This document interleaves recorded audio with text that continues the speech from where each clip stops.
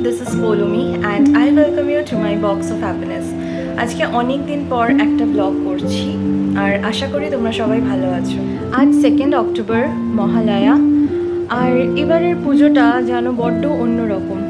চারিদিকে প্যান্ডেল হচ্ছে, বাজারে যতটা ভিড় হওয়ার কথা হয়তো অতটাই ভিড় আছে যা দেখে বুঝছি, কিন্তু তাও যেন মনের মধ্যে সেই উত্তেজনাটা নেই যেইটা নিয়ে আমরা সারা বছর অপেক্ষা করে থাকি। সেই ব্যাপারটা সামহাও মিসিং এই বছরে দুর্গা মায়ের কাছে একটাই চাওয়া, আমাদের তিলোত্তমা, আমাদের অভয়া যেন সঠিক বিচারটা পায়। আর মায়ের কাছে এই প্রার্থনা করেই আজকের ব্লগটা আমি শুরু করছি। গত কয়েক বছর ধরেই, তখন আমার কোনো চ্যানেলও ছিল না, আমি আর মা এই দিনটাকে মানে মহালয়ার দিনটা একটু ডিফারেন্টভাবে কাটাতে পছন্দ করি। আর আমাদের কোনো প্ল্যান থাকে না কিভাবে করব, কি করব না করব, কিছুই সেরমভাবে ঠিক করা থাকে না আগের থেকে। তাই প্রচণ্ড একটা আনসার্টেনটি কাজ করে, আর আনসার্টেনটির জন্যই আমরা আগের থেকে বুঝতে পারি না যে আদৌ কাজটা সাকসেসফুল হবে কি না। আজও ঠিক সেরমই একটা দিন, আমরা বেরোবো, তোমরাও চলো আমাদের সঙ্গে।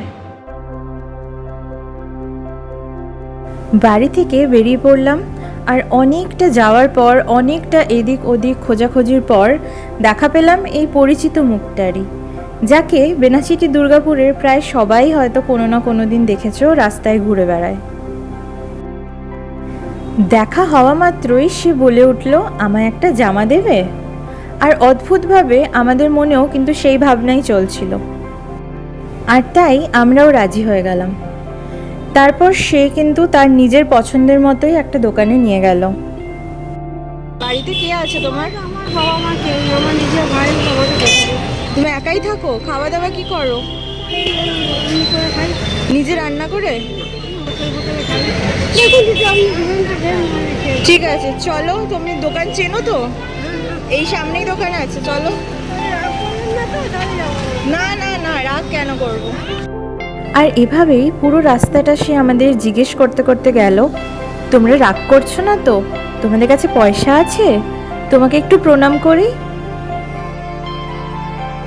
এটাই ছিল তার পছন্দের দোকান, আর সেখান থেকেই কেনা হলো তারই পছন্দের মতো একটি জামা।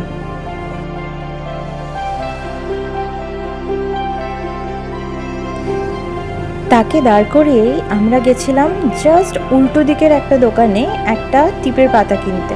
এগুলোর সঙ্গে খুব ইচ্ছে ছিল একটা মিষ্টির প্যাকেটও দেওয়ার। যেহেতু আশেপাশে কোনোই মিষ্টির দোকান ছিল না, একটু দুপা হেঁটে যাওয়ার ছিল আমাদের। তাকে ওই রাস্তার ওপরেই দাঁড় করিয়ে আমি আর মা গেলাম মিষ্টি কিনতে। দোকানে গিয়ে মিষ্টি দেখে পছন্দ করে কিনতে যেটুকু সময় লাগে ওইটুকুই লেগেছিল, আর তারপর তাড়াহুড়ো করে আমরা ফিরছিলাম, কারণ সে আমাদের জন্য অপেক্ষা করছে। ও মা, এসে দেখি সে তো উধাও। তাকে প্রচুর খুঁজলাম আমরা, প্রায় 1 ঘন্টার বেশি বেনাচিটি বাজারে এ প্রান্ত থেকে ও প্রান্ত করলাম, কিন্তু কোনো লাভ হলো না, তাকে আর খুঁজে পেলাম না। এরপর প্রচণ্ড হতাশ হয়ে বাড়ি ফেরা ছাড়া আমাদের কাছে আর কোনোই উপায় ছিল না।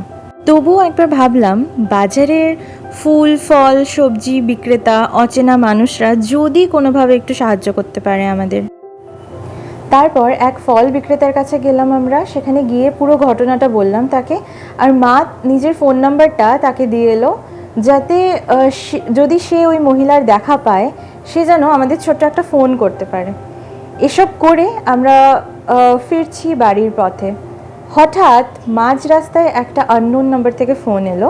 ফোনটা রিসিভ করে জানতে পারলাম সেই মহিলাকে খুঁজে পাওয়া গেছে, আর সেই ফল বিক্রেতা তাকে নিজের কাছে দাঁড় করিয়ে রেখেছে। আর আমরা 1 মিনিটও এদিক ওদিক না করে ছুটতে চলে গেলাম উল্টো পথে সেই ফল বিক্রেতার কাছে। গিয়ে তার দেখা পেলাম, তাকে তার প্যাকেটটা হ্যান্ড ওভার করলাম, আর তারপর ফাইনালি খুশি মনে, একটু হালকা মনে বাড়ি ফিরলাম। আর এভাবেই আমি আর মা কাটালাম আমাদের মহালয়ার দিনটা। আমি শুরুতেই বলেছি ব্লগের যে কতটা আনসার্টেনটি থাকে আমাদের, তবে এইবার যে এতটা হয়ে যাবে বুঝতে পারিনি। বাট ঠিক আছে, নতুন একটা এক্সপিরিয়েন্স, ওভারঅল ভালোই কেটেছে। সে ওভাবে উধাও হয়ে যাওয়ার পর না আর কিছুই ছিল না ভিডিও করার, মানে আমরা খুবই আপসেট ছিলাম, ভালো লাগছিল না আর কিছুই। তো যাই হোক, আজ যেটুকু হয়েছিল সেটুকুই আমি প্রেজেন্ট করছি আমার ভ্লগে। আজকে আমি নিজেও এডিট করার সময় বুঝতে পারছি যে ভ্লগটা একটু এলোমেলো। তাও যদি তোমরা এত অবধি দেখেছো, যদি কিছুও ভালো লেগে থাকে কমেন্ট বক্সে আমাকে নিশ্চয়ই জানিয়ে যেও। আজকে আমার ভ্লগটা এতটাই, আবার পরে দেখা হবে অন্য কোনো এক ভিডিওতে। ততদিন সবাই খুব ভালো থেকো, আনন্দে থেকো আর সাবধানে থেকো। টাটা।